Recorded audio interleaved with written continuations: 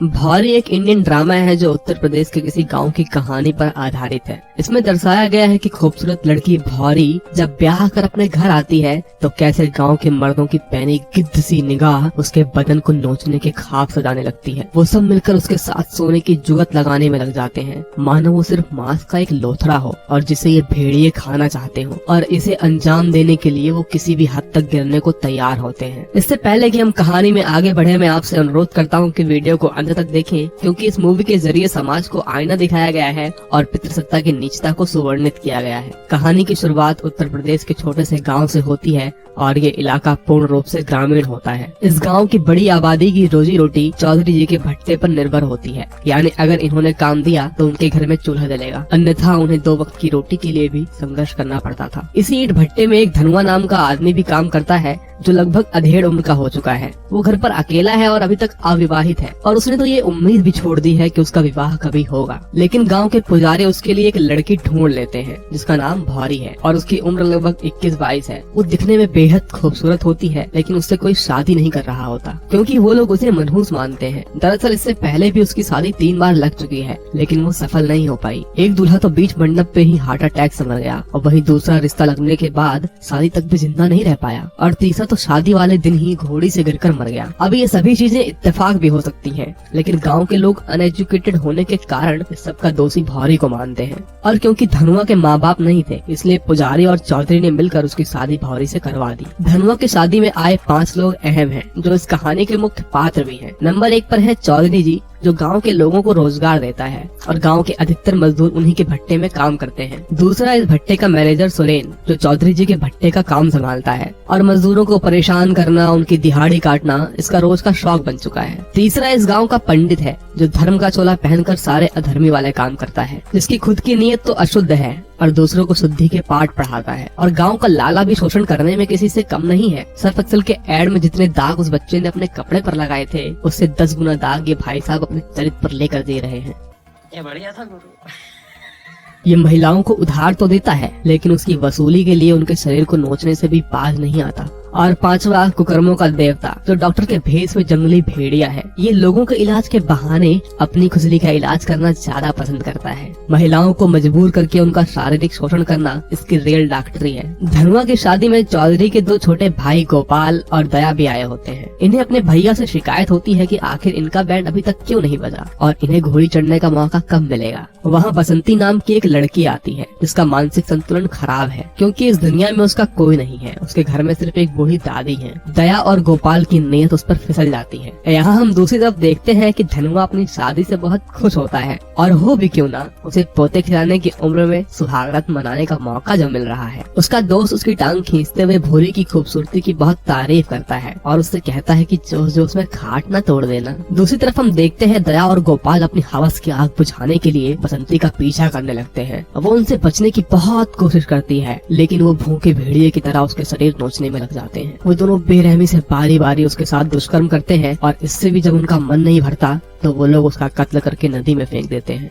लेकिन इन वहशियों की दुकान को बंद करने के लिए वहाँ एंट्री होती है नए इंस्पेक्टर की, जो ना तो घूस लेकर तलवे चाटने वाला है और ना ही उनके 2 टके के गुंडों से डरने वाला है। एकदम अपने चुलबुल पांडे के माफिक। दया और गोपाल को लगता है कि हर बार की तरह वो इस बार भी ये दुष्कर्म करके बच जाएंगे, लेकिन वो कहते हैं ना, विनाश काले विपरीत बुद्धि। तो दया और गोपाल की तो लाल होने से अब चौधरी जी भी नहीं रोक सकते थे। अगले दिन जब चौधरी जी अपने भाइयों की शुद्धि करवाने पंडित जी के पास आते हैं, ठीक उसी वक्त इंस्पेक्टर उन पर धावा बोल देता है और उन्हें गिरफ्तार कर लेता है। चौधरी जी उसे अपनी अकड़ से डराने की कोशिश भी करते हैं, लेकिन इंस्पेक्टर उनके भाइयों के सामने ही उन्हें झन्नाटेदार थप्पड़ मारता है और उनकी हेकड़ी फौरन 9 तो 11 हो जाती है। और तो और वो उन्हें खुला चैलेंज कर देता है कि अपने भाइयों की जमानत करवा के दिखा। हालांकि उसके पास उस वक्त कोई पुख्ता सबूत नहीं होता, लेकिन उसे यकीन होता है कि जांच की रिपोर्ट आने पर दोषी यही दोनों पाए जाएंगे, और वो उनकी खातिरदारी शुरू कर देता है। चौधरी जी के मामूली वकील को इंस्पेक्टर डराकर भगा देता है। इसके बाद वो शहर के बड़े वकील के पास जाते हैं, जो उन्हें सारी धाराएं गिनाता है जो इंस्पेक्टर ने उनके भाइयों पर लगाई थी, और वो उनसे कहता है कि आपके भाइयों की रिहाई के लिए कम से कम 50,000 रुपयों की जरूरत पड़ेगी। दूसरी तरफ हम भौरी के कैरेक्टर को देखते हैं, जिसके बारे में में पूरे गांव में चर्चा होने लगती है कि इतनी हसीन और कमसिन लड़की की शादी इस अधेड़ उम्र के इंसान से कैसे हो गई। इसमें कुछ न कुछ कमी तो जरूर होगी। और दूसरी तरफ धनुआ जब दूसरे दिन भट्टे पर काम करने जाता है तो मैनेजर उसे छेड़ते हुए कहता है कि जरा हमें अपनी सुहागरात की कमेंट्री तो सुना दे। इस पर धनुआ गुस्सा हो जाता है, लेकिन मैनेजर का मुनीम फौरन उसकी दिहाड़ी से 20 रुपए ये कहकर काट लेता है कि वो लेट आया है। ये सब तो एक बहाना होता है। उनकी नीयत भौरी के जिस्म में डूबी होती है। दिन भर की दिहाड़ी के पैसे लेकर जब धनुआ लाला के पास तेल लेने जाता है तो वो उसका मजाक उड़ाते हुए कहते हैं कि सारा तेल एक ही रात में कैसे खत्म हो गया। लाला धनुआ से कहता है कि अपनी जोरू को माली दुकान दिखा दे, जिससे उसे जो भी सामान चाहिए वो खुद आकर ले ले। लाला धनुआ से पैसे लेने से भी मना कर रहा होता है, लेकिन धनुआ को उसकी वहशी नीयत का पता होता है और वो उसके पैसे उसके मुंह पर मारकर चला जाता है। डॉक्टर भी भौरी के जिस्म का प्यासा होता है और वो उसे ताड़ने के नित नए बहाने ढूंढता रहता है, लेकिन धनुआ को इन सब पर बहुत गुस्सा आ रहा होता है। यहाँ लाला गांव की एक लड़की जिसके साथ उसके नाजायज संबंध होते हैं उससे कहता है कि अगर तुम भौरी को मेरे पास ले आओ तो तुम्हें माला माल कर दूंगा। वो भौरी से आकर उसका प्रस्ताव रखती है, लेकिन भौरी उसे डांट कर वहाँ से भगा देती है। और यहाँ भट्टे का मैनेजर धनुआ को रोज परेशान कर रहा होता है ताकि वो भौरी को रात बिताने के लिए उसके पास भेज दे। यहाँ चौधरी जी इस बात से परेशान होते हैं कि वो अपने भाइयों की जमानत के लिए 50,000 रुपए कहाँ से लाएं।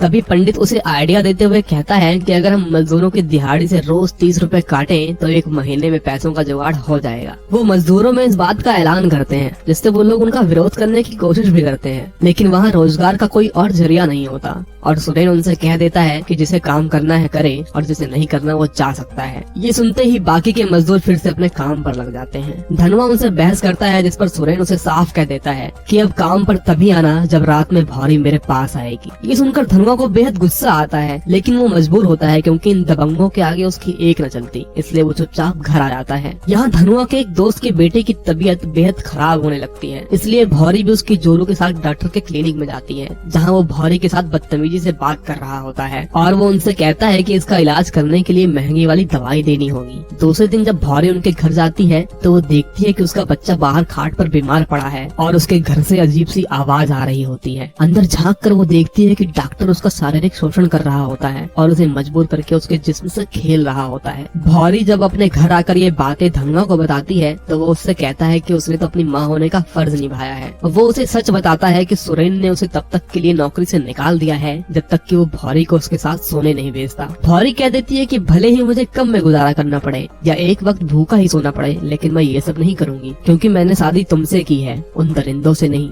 दूसरे दिन धनुआ उनके पास जाता है अपनी 7 दिनों की बची हुई मजदूरी लेने, जिस पर चौधरी उससे कहता है कि एक रात के लिए भौरी को मेरे पास भेज दे, तुझे तेरे पैसे मिल जाएंगे। इसका तीखा जवाब देने पर वो लोग धनुआ को बहुत मारते हैं, जिससे उसकी तबीयत बेहद खराब हो जाती है और साथ ही उसे खूनी उल्टियां भी शुरू हो जाती हैं। बहुत चोट लगने पर डॉक्टर उसकी मलहम पट्टी कर देता है, लेकिन उसकी उल्टी को देखकर वो कहता है कि मामला बहुत गंभीर है, हमें धनुआ का ब्लड टेस्ट करना होगा, जिसके लिए 600 रुपयों की जरूरत होगी। उसे लगता है कि मालती की तरह वो भौरी को भी मजबूर करके उसके जिस्म से खेल लेगा, लेकिन वो बहुत खुददार होती है और घर के अनाज तक बेचकर पैसों का इंतजाम करती है, जहां वो लाला औना पौना दाम देकर उसका अनाज खरीद लेता है और वो उन पैसों से डॉक्टर का सारा कर्ज उतार देती है। लेकिन अब भी धनुआ की हालत में कोई सुधार नहीं आता, इसलिए वो मंदिर जाती है जहां पुजारी उसका शोषण करने का जाल रचता है, लेकिन उसकी दाल नहीं गलती। वो लोग इस बात से काफी परेशान होने लगते हैं कि आखिर कब भौरी मजबूर होकर उनके पास आएगी और वो उस पर टूट पड़ेंगे। डॉक्टर अपना शातिर दिमाग चलाता है और भरी पंचायत में झूठी रिपोर्ट दिखाकर ये साबित कर देता है कि धनुआ को एड्स की बीमारी है, जिससे सारे गांव वालों को जान का खतरा है। और इस तरह सारे गांव वाले उसके खिलाफ हो जाते हैं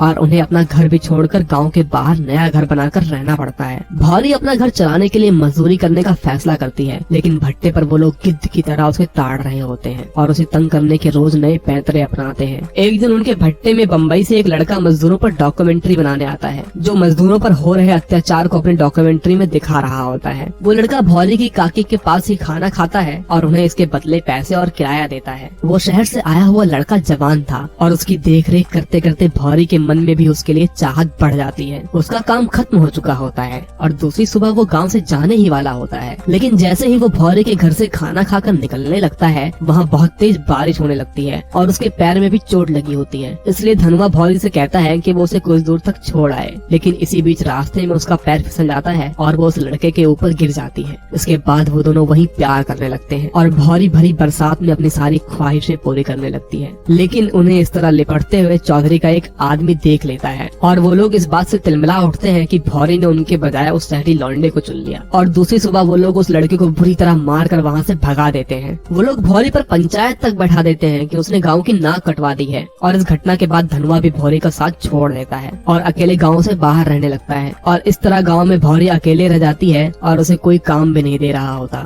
और साथ ही उसका पति भी अब उसका साथ छोड़ चुका होता है। और आखिर में हार मानकर भौरी ये फैसला करती है कि अब वो वही करेगी जो ये सारे गांव वाले चाहते हैं। वो चौधरी और उसके चमचों को एक साथ अपने घर पर बुलाती है और उनसे बोली लगाने को कहती है। जो सबसे ज्यादा पैसे देगा भौरी उसी के साथ रात बिताएगी और लाला उसके लिए सबसे बड़ी बोली लगाता है और उस रात वो भौरी के साथ खूब मौज करता है। इसके बाद बारी बारी से भौरी ये मौका सबको देती है और वो लोग उसके शरीर को भेड़ियों की तरह नोचने में लग जाते हैं। जब गाँव वालों को भौरी के नए बिजनेस वेश्यावृत्ति के बारे में पता चलता है तो गांव का हर मर्द उसके साथ सोने की ख्वाहिश जताने लगता है और पैसे कमाकर उसके जिस्म का लुत्फ उठाता है। यहाँ तक कि मजदूर भी अब भौरी का स्वाद चख चुके होते हैं और इस तरह गांव का लगभग हर मर्द भौरी का भोग लगा चुका होता है। अब ये गांव वालों के लिए आम बात हो चुकी होती है, लेकिन धनुआ सारी सच्चाई जानते हुए भी गाँव से बाहर ही रहने पर मजबूर होता है। यहाँ वकील भी चौधरी के भाइयों की जमानत नहीं करवा पाता और अब तक इंस्पेक्टर उन्हें अच्छे से तोड़ चुका होता है। वकील उसे आइडिया देता है कि अगर वो बसंती के दादे के साथ सेटलमेंट कर ले तो ये मामला यहीं रफा दफा हो सकता है। लेकिन जब चौधरी उसके दादे के पास जाता है तो उसे पता चलता है कि बसंती उसी की नाजायज बेटी थी और उसके भाइयों ने उसके साथ दुष्कर्म किया। ये सुनकर वो बेहद परेशान होने लगता है और तनाव के कारण उसकी एक दिन मौत हो जाती है, लेकिन किसी को उसकी मौत का असल कारण नहीं मालूम होता। एक दिन डॉक्टर जब अपनी बेटी की बिगड़ती हुई तबीयत से परेशान होता है और उस पर कोई दवा भी काम नहीं कर रही होती, तब ब्लड टेस्ट कराने पर उसे पता चलता है कि उसकी बेटी को एड्स है और उसे बहुत पीटने पर उसे पता चलता है कि उसके कंपाउंडर ने ही ये नीच हरकत की थी। वो मन्नू की कुटाई करके पूछता है कि वो और किस किस के साथ सोया है। तब मन्नू उसे बताता है कि उसके जिस्मानी ताल्लुक भौरी के साथ भी थे, यानी उसे ये बीमारी भौरी से मिली है। और भौरी का नाम सुनकर डॉक्टर के पैरों तले जमीन खिसक जाती है, क्योंकि उसने भी उसके साथ खूब मजे किए हुए थे। और इस तरह सारे गाँव में एड्स की बीमारी फैल जाती है, यानी हर वो शख्स जिसने भौरी के जिस्म को नोचा था